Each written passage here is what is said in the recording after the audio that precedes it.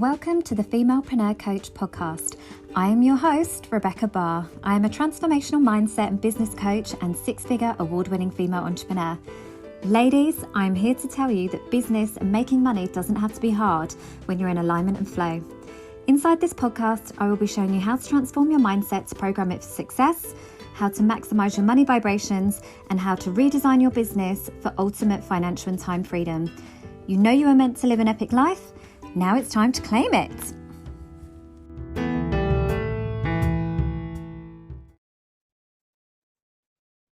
Hi ladies, welcome to another episode of the Femalepreneur Coach podcast. I am your host, Rebecca Barr. I am super excited to be with you here today. I've got a very special guest expert with me today. And I'd say guest expert, but it's almost like a friend now at this point, Emma. I'm not quite sure if you're feeling those vibes, but I've absolutely now made you part of my friendship circle. I'm joined by the just effortlessly glamorous, even if you're intending to be with your beautiful beachy waves today, Emma Van Heusen, who is a Facebook ads and business strategist, an absolute, idol for me in terms of business, an absolute powerhouse and incredible female leader that I've connected with inside my current mastermind, and you're obviously one of the elite members there. But I'm super excited to just kind of pick your brains today. She's got an incredible inspirational story that I cannot wait for you all to hear as well. But thank you so much, Emma, for coming to be on my podcast with me today. And thank you so much for the invite. It's wonderful to be here. Oh, thank you. And if you wouldn't mind, just for the ladies who are perhaps not necessarily familiar with you right now, if you could just explain a little bit more about what you do, who you work with, and ultimately, your higher purpose in business, that would be amazing. I'm sure I can't do it justice otherwise. Sure. So I have a couple of facets to my business. So I run an agency. I have an agency that's a digital marketing, Facebook marketing, Instagram marketing agency where I work with, I want to say female coaches because most of them are, and we help to run and optimize their funnels. Mm. I also teach coaches, social media managers, and online businesses how to run ads for themselves. I have a mastermind and a membership and various other things on the boil, because as you'll know, as a entrepreneur, we never stop creating because that's what we love doing. Yeah, I'd love to know actually, what's your human design, Emma? Do you know? Do you know what? I think it's a generator. Yeah, I'm a manifesting generator, and I tend to find that a lot of women. That's what it is, manifesting generator. Yes. I did about 6 different profiles a couple of months ago, and then I got confused about which manifesting generator. Yes, that is what I am. Yeah, and I love it because the good thing with that is, although it's lots of different things, it gives you energy. And I think, so when you have that creative spark and that entrepreneurial energy, like it will be really hard to contain that. So I absolutely resonate with what you're saying, like all of the things. Yeah. Actually, I forgot to add in there, I'm also a certified positive psychology coach as well. So and that I learned more about the importance of energy and health, and how, as female entrepreneurs, it's so important that we look after ourselves so we are like high vibe and can attack our businesses with fervor. And that's the thing. I think even just myself as a business coach, what I do with my clients, it's like working with what feels good and what actually lights them up, rather than getting them to do strategies that aren't aligned and all of those things. Otherwise it becomes a drain on your energy, doesn't it? When you're out of alignment with what you're selling and all of those things, it just doesn't. That's the quickest way to burn out. So I love that you recognize the fact that you're like, I just want to do all the things and I'm here to do it. That's amazing. I'm exactly the same. But what I would love to know actually is, what was your journey? Like, how did you do what you do? Because we're kind of playing it small, Emma. Like I'm in a mastermind and she's in the next level up. So she's in the elite and obviously doing incredible things with her business, making an impact on the world, and obviously filtering down and supporting other women to do the same, which feels amazing. But what was your journey to where you are right now? So I used to work in advertising agencies, something I've wanted to do since the age of 15. And I even named to my, you get those like career advisors come into school. I don't know if they do. I mean, I'm a bit older now, so I don't know whether they do this anymore. But I remember saying to her, I want to work, and I won't say the name of the agency, but it was quite a big, globally in the Yeah. top 3. And I said, I want to work there when I'm older. And she was like, okay, it's quite tricky to get into that profession. And I said, I know, but I'm pretty sure I will. Yeah. And I Yeah. Make it did. happen. Yeah. By the age of 21, I was in there and I loved it. And I climbed the ladder, and then I went off traveling, and then I came back and I carried on. And I got to 38 and I had my son. I've only got the one. Yeah. And I wanted to go back and work 3 days a week, which, as I'm sure lots of people here listening will resonate with, it's very hard to have quite a high-powered part-time job. So they allowed me to work 4 days, which was really 5, because on my day off, you get the odd email. You're always on, yeah, because you're ultimately still accountable. Yeah. And just the runs to nursery, dropping him off first, always being last to pick him up. I just realized that the work-life balance was so off. Yeah. And so I left. That's a very bold move. Yeah, it was done. I didn't plan it. I just went in one day and I just looked around and thought, and I could hear them talking. I could hear them talking about their hiring policy and how they wanted these hunters to come in, young 20-somethings, very attractive, to basically schmooze the clients. Yeah.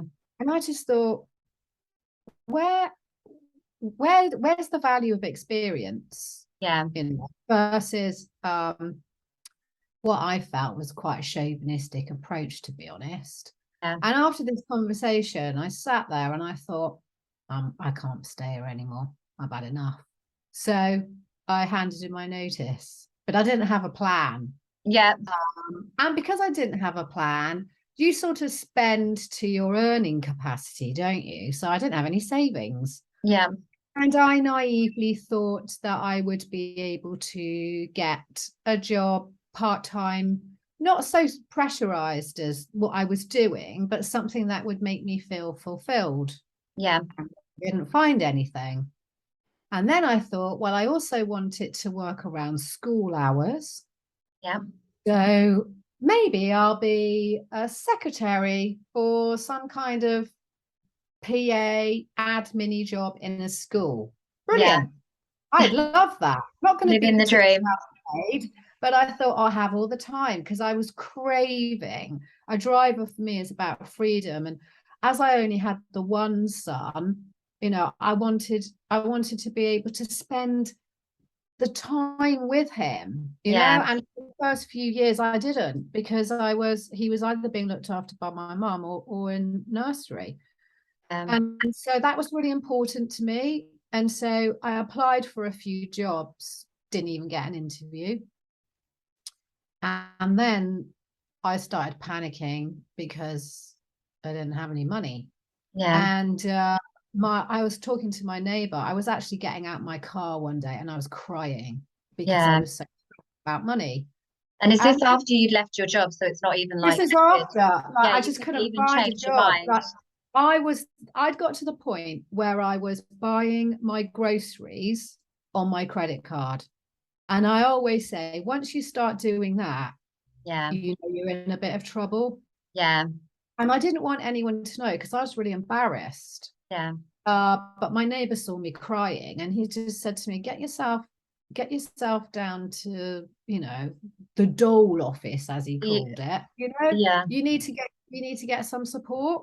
Yeah. So I went down and I signed on to get universal credit. And then, you get this link where you have to be proving that you're looking for a job.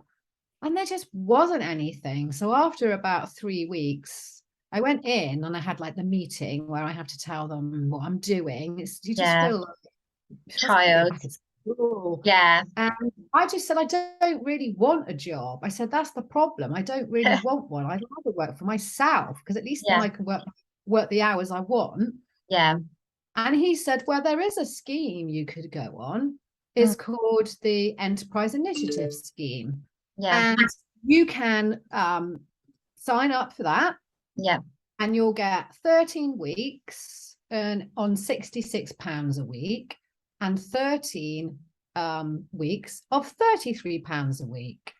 Oh, wow. And I was thinking, it's not mega money, but do you know what? Any money right now would be good. And I don't Yeah. have to look for another job. Yeah. So I signed on for that, applied, got it approved that afternoon. They Yeah. set me up with loads of mentoring workshops that I could attend. I looked at them and thought, I don't really need these. I just need to get on with it. Yeah. So I went back home and I sat at my kitchen table with a massive pad of A3 paper. Yeah. And I thought, I need to treat myself like a client. Yeah. That's what I need to do, because that's what I do for my clients. I need to do this for me. So I mapped out a whole plan of what I wanted to do. Mm. And then I started. And I started off doing social media. And I was Social media management. social media management. I didn't do that for very long. I was very lucky that I got picked up during a contract that I had started during this time. And I'd been honest about it. I was like, I've got this contract. It's not going to be very long. It wasn't really lighting me up. The bonus, and I have to say, I look back and I'm very blessed. This sort of intermittent contract meant that I got access to Facebook and their global marketing team. Yeah. So I soaked up everything that they told me. It all came quite naturally to me. So when I was doing the social media management, I just thought, you know what? I think I can start leveraging my Facebook marketing side of it. Yeah. And so I started to get some clients, and that kind of like snowballed. And from 100 days of signing the piece of paper for the Enterprise Initiative Scheme, I'd made my first 100 grand. And What? nobody could be more surprised than me. What? Oh my God, I didn't realize. So obviously I knew Emma's story, and ladies, it gets even better. Let me tell you, with the experience that she just had recently, and that enough was literally enough to make me actually like well up a little bit from the inspiration of it all. But wow, I didn't realize it turned around so quickly. That's amazing. It was very odd. I mean, Yeah. don't get me wrong. That was always what I wanted. Yeah. But did I believe that to be possible? Yeah. Not really. I mean, by my first 7 months, I was making multiple six figures. Yeah. And it was almost like I was dreaming, Yeah. because I was 20 grand in debt when I Yeah. started doing stuff on my credit card. And so to suddenly feel like that stress of money. Yeah. Because the other thing that I forgot to say, actually, which I'm sure some people might also resonate with, was that it got to the stage when I was putting things on my credit card that I was selling my son's toys on Facebook. Yeah. It was really that bad. Yeah. And that is such an awful place to be. So I Were you really a single understand. parent at that time, or? Yeah. No, I wasn't, but my partner at the time, my son's dad, he'd been on and off work with depression and bad back, and So you really were carrying the weight of I felt like there was a lot of responsibility that I had on my shoulders. And it's hard when you need to be, we were just talking about energy a moment prior to the call, but it's like when you need to be that center of all things and the whole fate of your family is essentially on your shoulders, how are you supposed to rise up and elevate and be inspired and be creative and go out and serve others when all you want to do is just get into bed and just Yeah. feel sorry for yourself for a moment? And you obviously just did not have that time, did you? No, but I'd had enough. Yeah, I just thought, how much longer am I going to wait? I'd always wanted to do something for myself. yeah, And I think the moment I started to be more fearful about never giving it a go than being fearful about giving it a about what go. might happen or it might, might not work out. Yeah, Yeah, my fear was I don't want to be looking back in my 70s, 80s, however long I'm blessed to be alive for, and think, why didn't I do that? yeah, My life could have been really different. Why did I do why did I stay in corporate and be miserable forever? Because yeah, that would have been in many ways easier, yeah, because financially, that wage coming in every month, yeah, uh, there's a level of comfort in that. There's a yeah, level of absolutely. certainty. Yeah, and And there's also once that that, sorry, that familiarity as well, like you say, that's what connects you to everybody else as well. I don't know about you, but when I started to, I kind of had a similar journey to you in that I wasn't a born entrepreneur and was like, I'm going to go work for myself. It wasn't like Richard Branson. But so my journey to entrepreneurship was through necessity. And it was the same thing, like single parent, unexpectedly went to drop my kids off in the morning, who also, my mum was my main childcare giver. Happily went to drop the kids off 5 o'clock in the morning, ready to go into London, like da da da da. And my mum had a stroke and just completely unexpectedly wasn't unwell, didn't see it coming. So had no backup, had absolutely no fucking plan B, went to my job and obviously said, if you could just let me maybe, reduce my hours, work from home. And they were like, no, you're either here or you're not. Like, and I'd been there 7 years and I was like, what? So I literally actually had to sell my house to buy my first business. But really, so it wasn't like, oh, I would have done it at some point. No, I absolutely fucking wouldn't, because I needed the money and wanted the familiarity.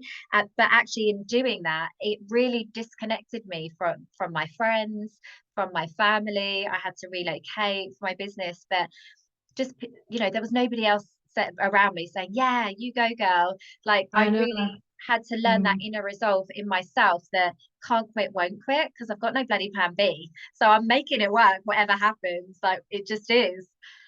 Did I you can find that? remember, yes, I remember very distinctly a conversation that I had. It was when I was like thinking I'd left work. So I was in the what the hell am I going to do space. And I remember meeting some friends, some mums Yeah, in the coffee shop after the school drop off. And we were just chatting, and everyone was, as you do, moaning that they don't have enough money and what they're going to do for Christmas. And I remember saying to them, I really want to make, I want to make 10 grand a month. That's yeah, what I want to do. And I remember one of them looked at me and she went, good luck with that, Emma. yeah, I thought, I will then.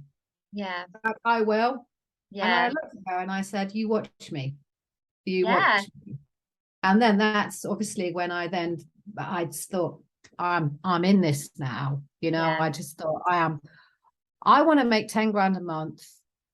I can. I'm not going to get a job where I'm going to make 10 grand a month. yeah, I'm not, because I don't want those kinds of jobs.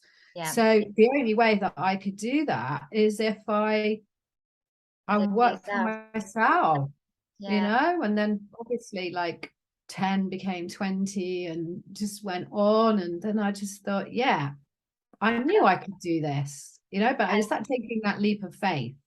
And sometimes you have to have your back up against the wall yeah. to take action. If you're very comfortable, there's too much to lose. Yeah, You that's the know? thing, yeah. And Oprah says about this, like nothing incredible happens from your comfort zone. Like absolutely not. It's No. not, you're not just going to suddenly wake up and you're Beyonce and you're living your dream life. Like you have to go through that process because like you say, that's the testament that really pulls out what you're capable of. Because I would never Mm. have I didn't think and as women, our brains are not designed to be, comfortable with risk. We're actually very risk averse. And I was very much a steady Eddie. I had a mortgage at 18. I'd done my degree, like got my corporate career, and that was just me done. And that was me thinking that's all I'm capable of. And I have to say, like being an entrepreneur, it's given me a whole different skill set and confidence, a whole new attitude that I didn't even know was possible, that was just kind of unleashed. Once you get to that point, like you say, where you have to make money, like your kids are waiting on you. And if you don't get out of your own fucking way and stop being like pussyfooting about and, just being an idiot in terms of like holding yourself back, no one else is going to do it for you. No, I And mean, I'm a single mum now, yeah, and that was a defining moment when my relationship broke down, actually, because I just thought, and I talk about this quite openly, I was very lucky that I had money. yeah, Because because my world is full of women, gorgeous, powerful, strong, high achieving women on the outside. yeah, Lots of them are very unhappy, but they don't leave because financially they can't afford it. yeah, And that was such a defining moment for me, is actually, I don't have that. yeah, When we broke up and he just left very, very suddenly, it was hideous. But the one thing I didn't have to worry about were the finances. Now, he doesn't work now.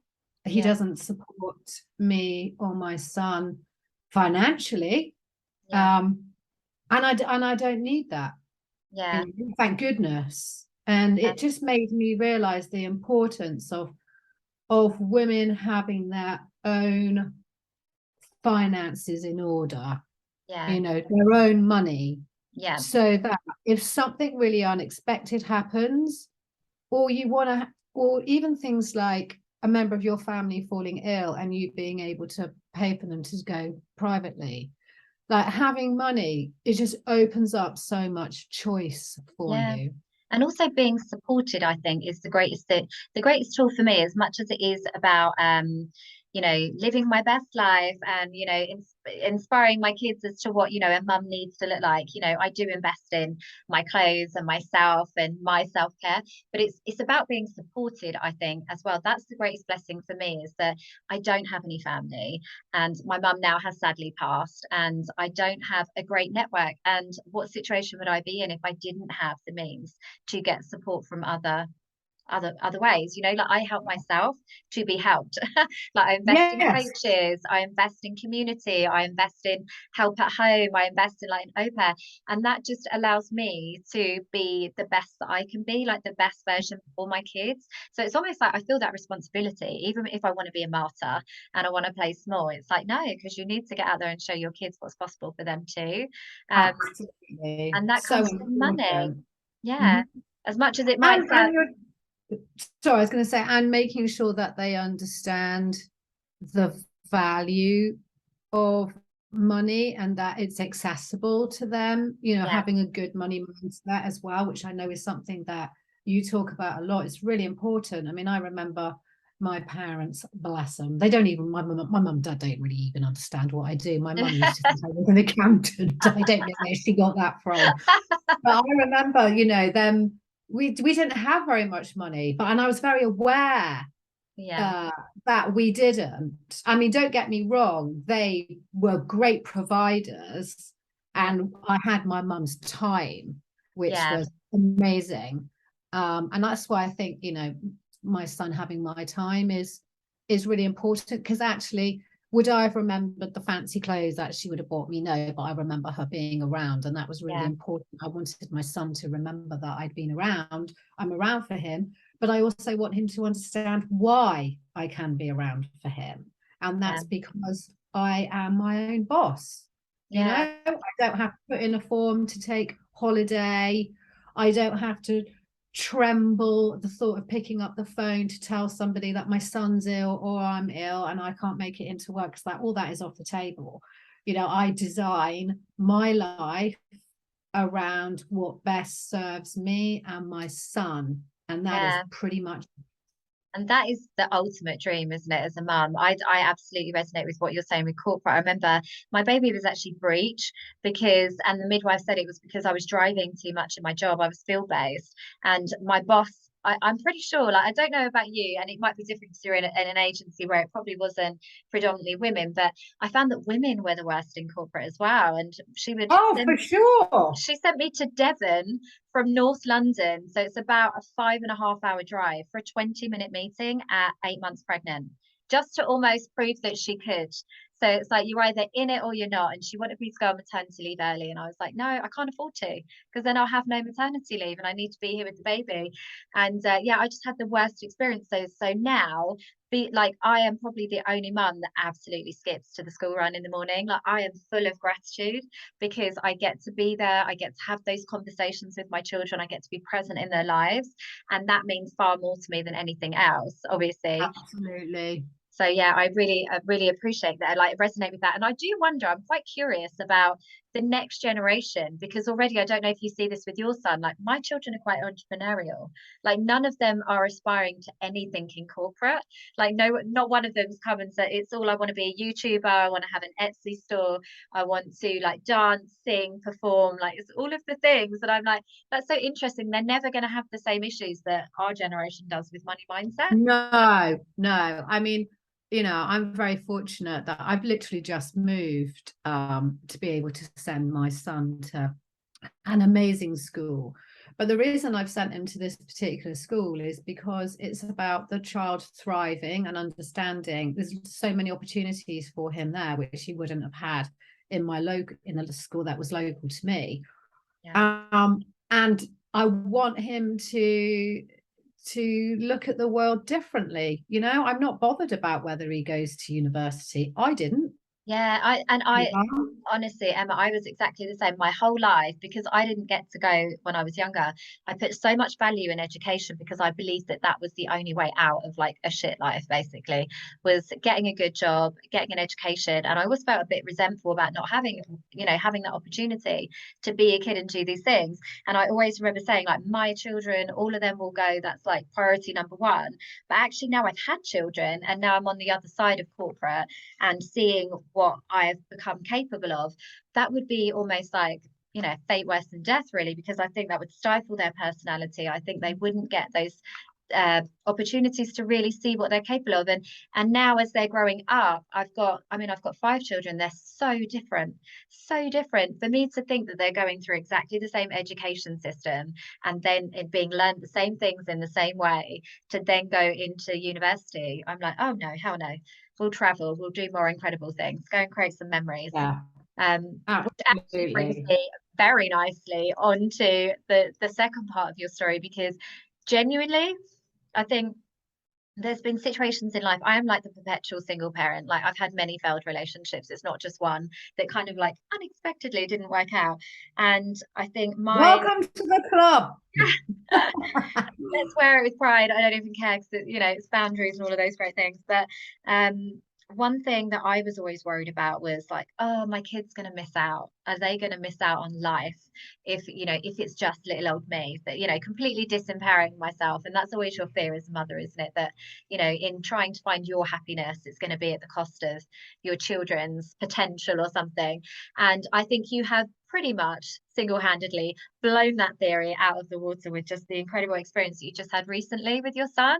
And literally it brought me to tears. And I was saying to Emma, like, she was always on my list because you are definitely somebody that I absolutely look up to, not only just for the money that you've made, but the just you to me are a true female leader, like an absolute badass that owns their space, that speaks their mind, that is completely apologetic. And that has always been inspirational to me. Particularly coming into the coaching space, there's a lot of fakeness, a lot of people that are just like robots of the neck. So I absolutely resonated with your energy, first of all. But then this is literally just like, oh my God, I need to speak to you now because I want to hear all about that. So if you want to share with the listeners what you've just experienced with your son, that would be Wow. amazing. Necker has always been on my vision. Yeah. Necker Island, I remember seeing a group of ladies, all female entrepreneurs that I looked up to on Necker with Richard Branson. And I remember thinking, And it's God, his I'd love to privately do that. owned island, isn't it? For This anybody is that doesn't know. privately owned island. I mean, you can go there on holiday, but it's, you know, it's not Butlins. Do you know what I mean? And I remember just in awe, in absolute awe, thinking, how the hell did they do that? I would love to do that one day.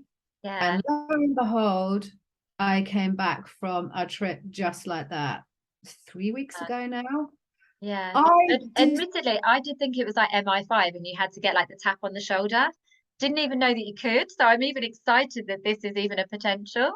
This is a total potential, and it's not a potential for you. It's a done deal for you. You're a badass. You can totally be there. But when I decided I was going to go, I was supposed to go before lockdown and the pandemic, so it was put back. So my situation since when I was initially going, I was still in a relationship. Well, now I'm a single mom. I've moved. Yeah. And my son is now with me more because of the school. Yeah. And I decided that I wanted him to have that experience. Wow. Because he's older now. I think a couple of years ago, he's 11 now. Yeah. You know, he's sort of much more aware. He's more aware about what I do. And so I inquired whether I would be able to take him. On a practical level, it was also that he was starting at this school that we've moved to be near. And if I went to Necker, it would mean that I would also miss his first week at school. Yeah. And I had to go to court to get him to this school and to be allowed to move, which is another whole nother story. Yeah. A whole other story. So that was just very stressful. But again, thankfully, when you can hire the best team, your chances of winning significantly increase. And I love the fact that you have just identified something that could be a potential block and just thought, fuck it, there's a way, I'm going to find it. Because as women, we're resourceful, and yet we forget that a lot of the time. Yeah. And so I just thought, I'm just going to take him. Yeah. One, I'd love to take him because I want him to experience that. And two, it's the universe is almost telling me to, because I couldn't have gone to Necker and known that he was going to school and I wasn't there. I just, you know, there's no way I'm going to do that. Yeah. So I just thought, I'm going to see if I can take him. Yeah. They were so accommodating. They made it possible. It was all quite last minute. And because I didn't know at that before then, because of the court case, what was going to happen. And so they said, yes, he can come. And so I then spoke to the school and said, me and my son are going to meet Richard Branson. So he's not going to be in school for the first week. You know, I hope that's okay. I hope you understand. Yeah. And he said to me, no one has ever given that as a reason. Well, I've had creative excuses, but that probably topped it. And she said, I think you'd be a fool to not take him. That sounds amazing. So I was like, thank you very much. Yeah. So he came. He made the trip for me. Yeah. He approached everything with such excitement and curiosity. He was very interested in Richard, you know, how his story. I mean, the trip over was obviously fantastic. You know, we go business class and he's lying down in the bed next to me and we're laughing and he's ordering little mocktails and, you know, the whole experience was just fantastic. Yeah. But when we got there, there's a few things that happened, which I'll just quickly talk about, because I think I want him to understand the importance of these when he's older. Yeah. So the first thing that happened was I couldn't get my boarding passes printed out. So I had to go to BA in Gatwick and get them physically printed out. And there's this guy, it's empty because it's really late at night. And there's this guy standing in the check-in talking to this lady. And I said, oh, do you mind, could you print these out? There was a problem. I can't get them on my phone. And my son, Frank, started chatting to this guy. And he said, where are you going? Where are you going, little man? Yeah. And he said, I'm going to see Richard Branson. I'm going to Necker. And this guy was like, you are joking. He said, I was only talking about him today. He said, would you give him my business card? I've literally just started my business. And we were talking about Richard Branson. And so my son said, yeah, okay. So he took his business card, put it in his pocket, and they had this lovely conversation. And this gentleman turned around to me and he said, he's a very special boy. I don't know what it is about him, but he's really special. And I said, thank you. And I'm thinking, well, we all think that about our children, although sometimes we also think terrible things about them secretly. But it was just a lovely exchange. And it was a great way to start our trip. Well, when we went back the next day, this guy's in a BA uniform now. And he spotted us. The queue was enormous. Yeah. And he said, Frank and Frank's mum, come this way. Frank's mum. And Frank's mum. And he took us straight through. Oh. And kept us straight in. It was wonderful. It was absolutely wonderful. And he said, that is because I had such a lovely conversation with him. And I just, as soon as I saw you in the airport, I was like, what can I do to make your trip better? Thank you so much. Yeah. And so then when we were, what a great lesson, by the way, for him, knowing that, you do good things and good things come back to you, like that karma.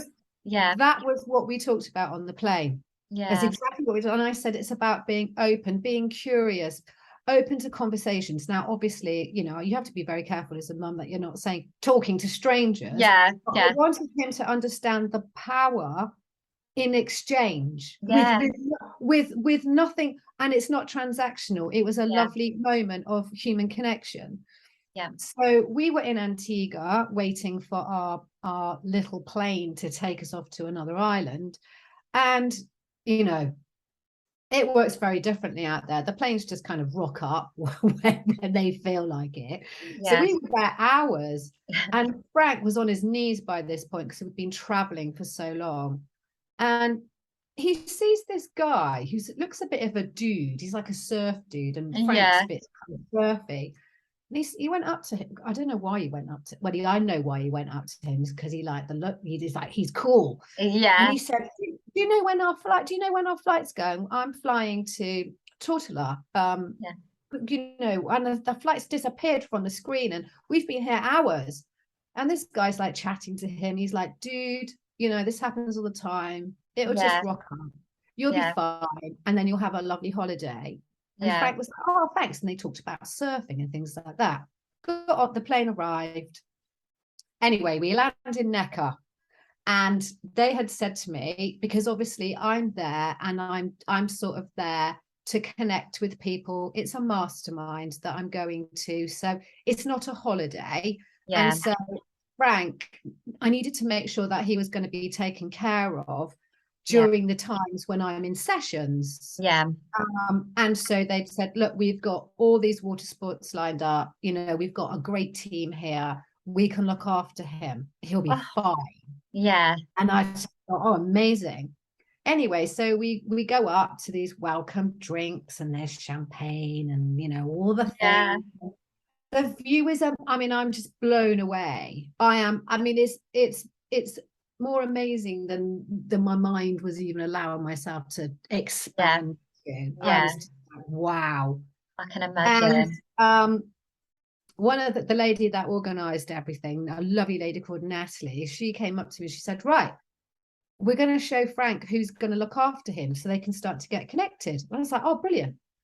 And I turned around, and it's that guy from the airport. Oh. And he was like, Frank. Frank was like, Tim. He was like, you didn't tell us you were going to Necker. And Frank said, you didn't tell me either. And so they just disappeared off. Like friends. And he had the most amazing time. But what absolutely just I was so taken aback by was seeing him interact with Richard. Yes, it was, they were playing Oh my chess, weren't gosh. they? He just, as soon as he saw him, all of us, I'm not going to lie, we're a bit sort of starstruck. Yeah. I didn't really know what to do because he just suddenly appeared. And you don't want And to bother them either because you're like, you well, don't like, want to bother might them. be busy. Exactly. Yeah. Exactly. Yeah. So Frank just went up to him and tapped him on the shoulder and sort of said, "Oh, thanks for inviting us to your island." And they started having this lovely conversation. And I was like, "Oh God, is Richard, is he feeling bothered? Is he feeling Yeah. awkward? Is he just wishing he'd go away?" Yeah. But he seemed to just really connect with him. So No. he said, "Do you want to? Have you played chess before?" And Frank's like, "Not really. I don't really get it. I don't." And he said, "Let me show you how to play chess. It's a really strategic game, Oh, and wow. it's good to have an understanding of the pieces of the Yeah. puzzle." Oh my And so God. What an they went incredible off. life lesson with the I vegetables as know. well. Like, The rest of us were like, "What the hell?" I want to play Frank, chess. Frank's playing chess with Richard Branson, whilst the rest of us were just like, don't know what to do, don't know what to say, don't know what to bother, don't want to bother Yeah. him. But Frank, as an 11-year-old, they don't have the same thought process. Yeah. They don't have that self-awareness of Yeah. what if they don't want to speak to me. And that was a really important lesson It's that we all it's talked about. conditioning, isn't it? It's conditioning because we all had that at some point, but someone kicked it out of us essentially and Yeah. told us it was rude and presumptuous, and we were full of ourselves and all of these things. So, Yeah. oh, And also we worry so much about, well, I don't anymore because I've let go of that now, but that's a that's a working that's a lot of work, is worrying about what people think of you, and that sort of yeah, self-judgment, and I don't want to do this because what does that say about me, or what will people think of me. yeah, And for him, I mean, he probably had one of the best connections with Richard during the whole time we were there, because yeah. we'd Um, sit next to him at breakfast and they'd oh, chat, and his team said to me, which I thought was amazing, that after the first time he met my son, he said to the team, "Who's that beautiful boy with the big brown eyes?" And they said, "Oh, yeah, he's Frank." And he said, "There's something about that. There's something about that boy. There yeah. really is. Something special about him. Make sure that you look after him. I want him to have a Oh, good time." oh my And my gosh. God, and he did have a good time. He had an amazing time. And we talk about it now that we're back, and he wanted to know why people were there. Yeah, And I said, we're there because our desire is to create impact in the world. Like my desire, I'm not going to lie, when I first started was to make some money. of But that's course. because I didn't have Survival. anything, and I Yeah, needed to survive, and it yeah, was stressful. yeah, Now, I'm a few years into the journey now, and seeing the impact that I've had on people's lives. Like one of my grads is going to NECA in 24. She, as her life has changed, like so many women that I have been in my world, yeah. like their life has changed beyond recognition. That's actually what gives me joy. Yeah, because It's just, at some point the zeros and the money, like it's Stephen Bartlett said this actually as well about, I mean, and it aligns with like hierarchy, Maslow's hierarchy of needs, and that once our basic needs are met and once we're good, so once you've got that 100 days in and you're not in fight or flight anymore and you know that you're okay, and you've also built that inner resolve and trust in yourself that even if it was taken away, I'm going to be okay because I'm yeah. resourceful and I know what I'm capable of now. It is that sense of higher purpose and actually why am I doing all this? Mm. So it's so great that you've been able to do that. And the ripple effect of that legacy is going to be huge. Because I'm assuming you Yeah. work mainly with female coaches, don't you? I work with coaches, Mm.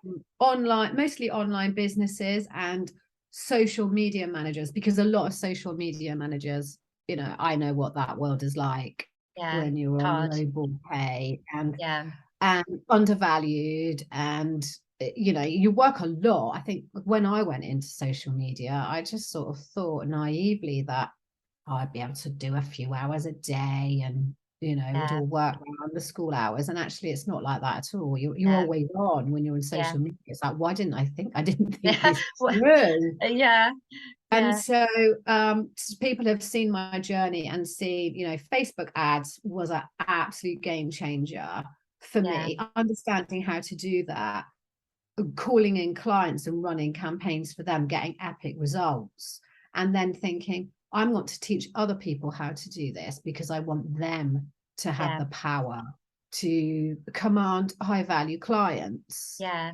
So yeah, there's sort of multiple audiences that I work with, but ultimately all of them are because they're in my world, because they see me as someone who makes it possible. yeah, And that's all what I want people to think of when they think of me, is that Emma makes it feel like it's possible. And that's yeah, because it is. yeah, It is. And I'd say the only difference between me and those people stuck in the lowball jobs is that I actually got off my ass and did something. yeah. You And know? maybe it wouldn't have happened unless you'd had that defining moment, but it's in all of us, isn't it, to make that decision that I'm not dealing with this BS anymore. And I do think sometimes it's like the closer you get to 40, because let me tell you, like my boundaries are like rock solid.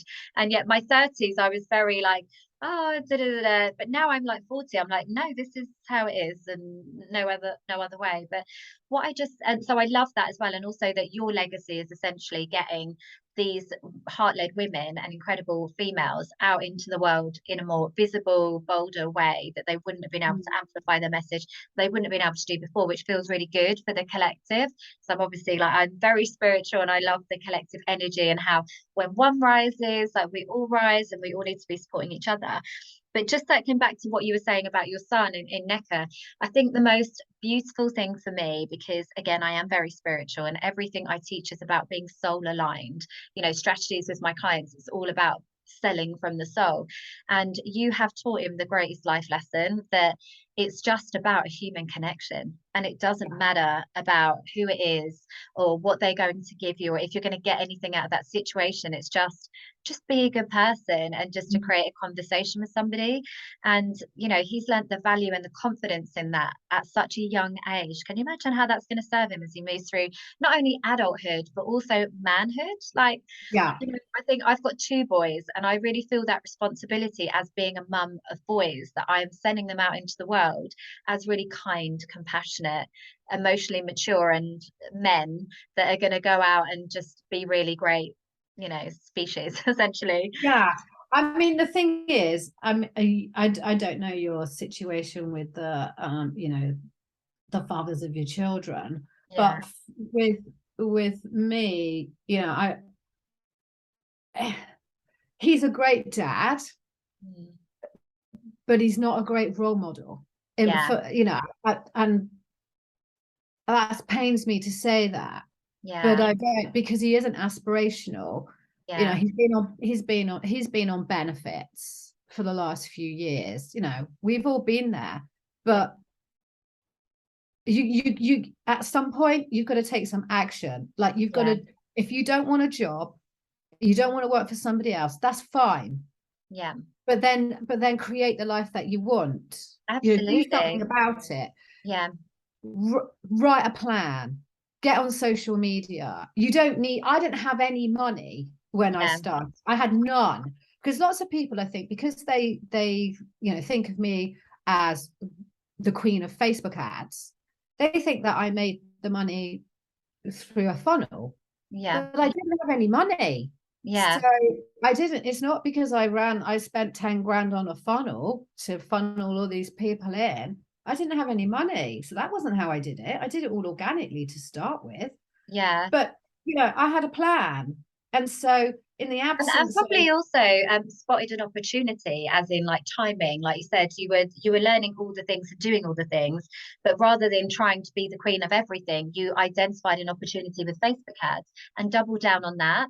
And then yeah, just kind of went all in, which I think again, a lot of us, we busy ourselves, and as women, we chronically keep ourselves busy because it validates us, and because we think, that we need to be doing all these things. We wear lots of hats. So the fact that intuitively, like, you've got to give yourself more credit, like you intuitively identified an opportunity and doubled down and went all in, whether that was from a place of, I fucking need to sort this shit out and I've got to make some money. You still did it, like you said, you still did yeah. the work and followed it through, and probably made it all it could be, which feels really good. And I do feel that sense of responsibility. Like, obviously, I'm assuming we're like the same age. I'm not sure, I might be insulting you, No, Emma. Yeah. I'm going to be 50 next month. Oh my God, darling. If I would, I literally could Oh fall my off my God.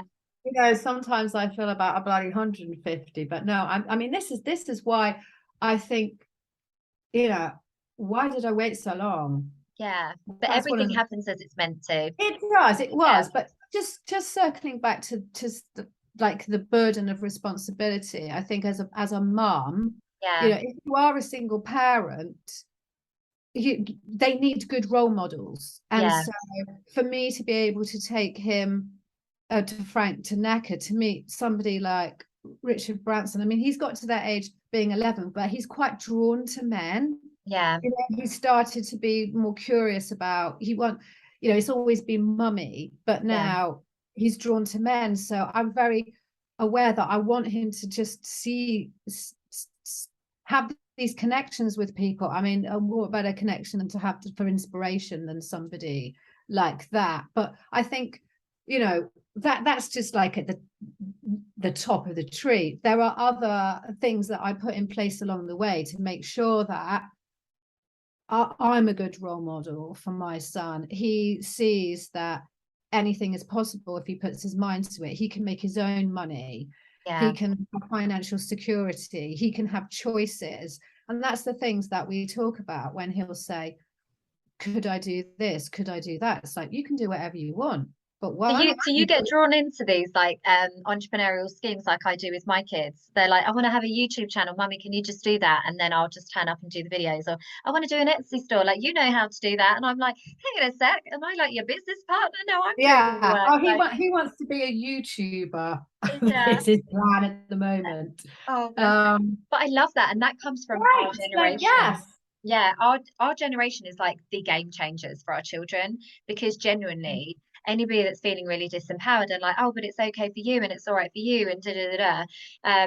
Like, yes, I have money, but only because I sold my house, like because I was ready to back myself because I had to. But there, you know, there is nothing but potential. There's never been a better time. I actually saw, just for novelty value, I saw a woman on GMTV the other day. No, it's this morning, and basically she digs up like dead mice from her garden.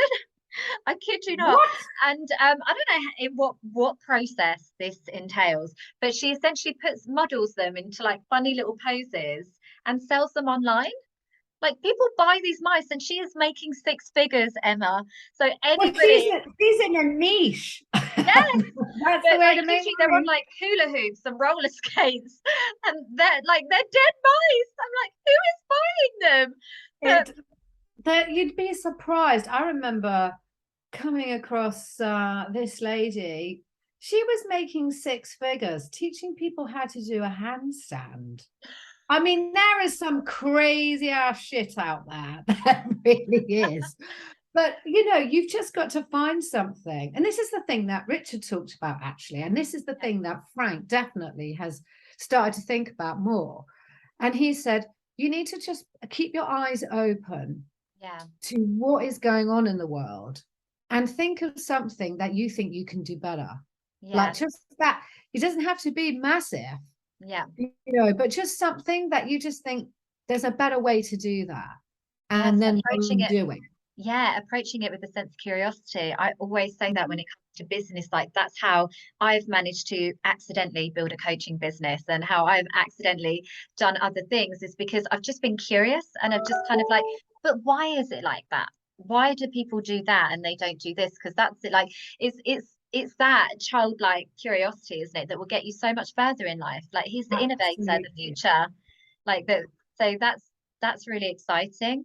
And I love that because a lot of the time, what I find with people that are like, startups, there's this pressure to be groundbreaking, to be the next Uber, the ultimate invention that nobody's ever had, or to be the absolute best at something that's never been created before. And it's almost like too much bloody pressure, isn't it? Actually, you can build a really great business just by being consistent. Like it's not sexy, but there's lots of Mm. people that will come and go because they can't be consistent, and you can build a really great reputation and brand on that. Yeah. Timing is a great thing, a lot of people are really successful, not necessarily even because they're better, but because they were first, like there's just so many routes to And it's entrepreneurship. and it's also people, I mean, there are lots of people in the coaching space, and if you took the attitude, oh, well, there's lots of people in the coaching space, there's no room for me. Well, there probably wouldn't be a Costa or Cafe Nero, but Yes, they're doing pretty well. yes, So, that's it. but it's about people are they're drawn to you also for for who you are, for Yeah, your story, yeah, how you teach, how you show up, yeah, who if they can resonate with you. I mean, I'm never gonna, at my age, I'm not gonna resonate with 18-year-olds. I'm yeah, cool with that. I resonate with women who have been in corporate, mostly, not all of them, but a majority of them have had children and actually come out of that with an identity crisis because they don't want to do their jobs anymore. There's yeah, no real room for them anyway. They don't want to progress because, quite frankly, that there's not enough time to go around to have that work-life balance. And so they end up being managed out or leave because they're really unhappy. And then they're like, I've got all these skills. I don't want to work, in some real lowball job because you're just going to feel unfulfilled doing yeah. that. And What the yet, hell do I do? I yeah, don't and know what yeah, a to do. lot of people when they come into the online space, they're discounting all of that. They're almost apologetic for their previous life in corporate. So they're, perhaps wanting to be a social media manager, and straight away like, oh well, I can't ask very much because I'm still new and I'm still learning. But it's like actually you're bringing a whole nother layer of transferable skills, maturity, Absolutely. insights. Let's stop, devaluing that. So yeah, 100%. yeah. Oh, well, thank And I, I just want to end by just saying, for anyone out there who's listening, like never think it's too late to start. you. It's never too late. Yeah, It's it's only almost too like late when you're on your reclaiming. deathbed. That's it. It's almost like reclaiming what is out there. What is your birthright essentially? Like I definitely think I resonate with a slightly older audience as well, because obviously, I know what it's like. I feel like you said earlier, God, I feel about 150. I'm the same. I feel like I've had about 20 different lifetimes, and I forget that anything happened before the kids and all these, beautiful, glamorous things I used to do before them. So I I can't even imagine having 5 kids. That's a mind expansion out of I Well, I can't actually find it easier, imagine. Emma. I actually felt sorry for the parents during going through lockdown, particularly where they only had one, because You it know was, what? Actually, that is that was a tough old gig. yeah, Yeah, you're because just it was just him and I you're for, like the center of all lockdown. things. Yeah, Yeah. And yeah, I used to think at that point, I remember saying to my mum on the phone, because obviously you couldn't even see anyone then, could you? I yeah, remember saying, I wish he had like a twin yeah. that was in a wardrobe that I could We just could just bring bring out. out and then put back Well, just to that wouldn't play be with creepy. him. Or just like it's like Rent a Friend, isn't it? I mean, Yeah, we do a lot of Rent a Friends, but yeah, that's been really lovely for me. I'm going a bit on a separate conversation now. Is that I is being able to say, well, you can bring a friend, and some of his friends, their parents don't have a lot of money, and it doesn't matter because I'm like, honestly, I'll pay for him. You'll be yeah, doing me the biggest favor ever yeah, because I don't have to be building sandcastles all day, every day. He doesn't want yeah, me to do that stuff anyway. He wants to be doing pool bombs, and diving competitions with his mate, not with his mum. So Yeah. to be And I love able that to you bring recognize that, because some mums don't. no, I know I've got to that. I mean, don't get me wrong, him and I have an amazing relationship, but I see him changing, and I see him changing now, especially now he's only been in his new school for a few weeks, but they start to grow up very Yeah. quickly. My And oldest daughter is that age too. She just went up to high school in September, and it's like suddenly I now co-live with a 40-year-old lady that kind of shuffles around full of judgment. Like, oh yeah, where did you come from? yeah, She's yeah, suddenly yeah. like, oh, pasta again, and I'm like, yes, it is Dude, pasta that's again. so funny. Frank said to me the other day, oh, maybe we could have a bit more of variety. And I'm thinking, well, I'm not even going to say what I was thinking. But I just thought, oh my God, literally, he probably thinks I just sit around when he's at Yeah, school, having yeah, lattes, my yeah, feet up, watching, yeah. I don't know, Loose Women. It's like, you've got no idea what goes on behind the scenes when you're at school, you Yeah, know? that's it. Yeah, the kids always say that I just get paid to tell people what to do. I was like, oh, if only, if all that's what it was. That'd be like my ideal job, I think. Um, That sounds perfect. yeah. So if you had somebody, I said earlier, but what I always love to kind of leave people with is a key takeaway, because obviously I've got a true powerhouse here, women in business who is doing incredible things. For anybody who is either maybe at the start of their journey, but kind of in the trenches a little bit, or maybe perhaps further on and looking for that next level of success, what would you say? What, maybe two or three learnings from your journey to where you are now, like what advice would you give that person who is Well, a couple of things that I wish I'd done differently. I wish I'd not worried so much about what other people thought. yeah, I would be so worried about my friends or my family, or particularly my ex-boss, yeah, seeing me on social media and thinking, who does she think she is? Like, I played small for a very long time because I was worried if I didn't, yeah, then I was worried what people would think. They think, who does she think she is? yeah, So now I wouldn't care, yeah. because actually, the minute I stop worrying, look where I am. I don't mean look where I am. Look at me now, and in a Yeah, smug me. I'm so grateful to I've forgiven myself for worrying so much about what people think, because at the end of the day, nobody really cares about anyone else. yeah, we They're assume all, that everybody's obsessed with us, and I know, actually it's we're almost all slightly going through. narcissistic. Yeah, It's like, that's oh my it. God, why do I think everyone's looking and wondering what I'm doing? They don't care. They're busy So trying to handle their own stuff. yeah, I think, and also to make a hire. Yeah, I try to do all the things for far too long, and actually I say hire before you can afford it. yeah, Because whilst you're doing all the things, you can never really afford it because you don't have enough time. yeah, So the minute that what you're doing when you make a hire is actually buying back your time, yeah, and your time is a limited resource. yeah. So unless you're going to start doing what I attempted to do, which is getting up at 4 a.m, sometimes I'd even think about getting up at 3, and it's like, this is ridiculous. Yeah, Like, I yeah, can't work all the time. yeah. Time is a limited resource, so you need to throw some money at it to get it back, because And whilst you're it's paying a false whatever it is an economy. hour. Yeah, it's a false Exactly. economy anyway, because even though you may think you're saving money, it's actually costing you money, because you could be growing your business instead of worrying about your expenses. Yeah. And definitely that's what I teach. I always say we are not Whitney Houston. We are not meant to be every woman. Fuck that shit. Yeah. It's That's a okay great to, thing. yeah, it's okay for it to be easy, and it's okay for you to be supported. And that's ultimately what gives you that maximum reach and impact and all of the things anyway. So amazing. So I'm really excited because you've also got an incredible masterclass series coming up in November, which is going to help Really? women to Yeah. actually create their own Facebook ads. And did you say, I'll pop all of the details in the show notes, but what I thought was quite interesting, you said that you would literally be doing it with them to empower them Yeah. to, I'll show yeah, them how to do that.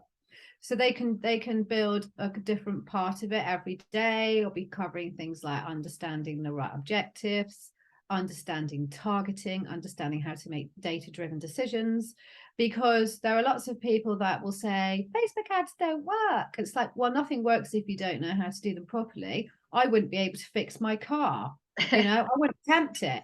But somehow people think that they can run a Facebook ad, because on a certain level, if you don't know what you don't know, it looks very simple. But actually, to understand them, strategy is everything with Facebook ads. It's not about the boost and just pressing a few buttons.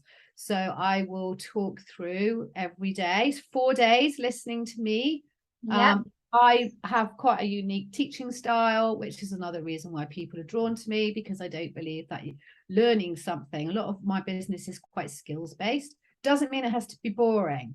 I've got ADHD, so my attention span is really short. So I think a lot of women do, actually, and lots of entrepreneurs do. Yeah, I've had this reflected back to me, that it's almost like sometimes my energy is almost like erratic. So that's why I actually have to make notes, Emma, because I was like, I'll never come back to that point. I'll forget it. It's literally it's gone. Yeah, 1 minute I'm talking about one thing, and then something pops into my head, and it's like, if I listen to myself back, I think, my God, that's like the ramblings of a mad one. And I'm here for it. But I do try to make my teachings fun, quite high vibe, and obviously very value packed, because again, going back to time, if someone's going to spend an hour with me for 4 hours over 4 days, I want to make sure that they walk away from that and thinking that was an hour worth spending with her. And also, I'm obviously biased because so I'm obviously biased because Emma's one of the coaches in my accelerator, and it's just sometimes the timing isn't off, so I'm not there all the time. But anytime I've jumped onto your sessions, that's the thing that has always resonated with me. Like, absolutely, 5 minutes with you and you walk away with a whole page of notes and getting shit done. And that's what I love. It's not your style isn't like the cloak and daggery of it all, that I can tell you the how or the what, but I'm not going to tell you the how. And I'm like, it's literally like, you got a question, right? That's it. Like, there's the answer, get it done. And that's what I love. A lot of people try and keep it to themselves. It's almost like a sense of ego and making things more complicated than they need to be. Oh, I know. Creating the illusion, like gap. Yes. Like, oh yes, that's far too complicated. At the end of the day, it's not NASA. We're not building rockets here. We're not going into space. That the strategy behind Facebook ads is very complex, but I have also managed to get amazing results on a 50 quid budget. I remember spending 50 quid and making 22.5 grand. So it can be done. It can be done. Well, you need to understand the nuances, and those are the things that I will, I'm an open book. I'll talk about anything. So they will be value packed. So anyone that needs me in their life right now with their funnels, I feel like we all need you in our lives, Emma, to literally get us out there and getting results. Wow, if that is not a hook, £50 from a £50 ad, like 22,000. You need to lead your advertising with that, because that's insane. Well, sadly, you're not allowed to. Otherwise, really? I would. No. No, okay. Let me be your hype man. I'll tell everybody. That can be done organically, but no, Facebook definitely wouldn't like me talking about that. That's going to get me banned, which is the last. Okay, let's not do that then. Well, thank you so much. I'm so excited. I'm so grateful for your time, because I know that genuinely, like, this will mean a lot to the women that are listening. You're very welcome. I really enjoyed it. Yeah, good. So thank you so much, ladies. Obviously, make sure that you share this episode with anybody you think would be really valuable and would enjoy it. Make sure you leave a review so that more women can find me, and then also head straight over and join Emma's masterclass. So have a great week, and I'll catch you on the next episode.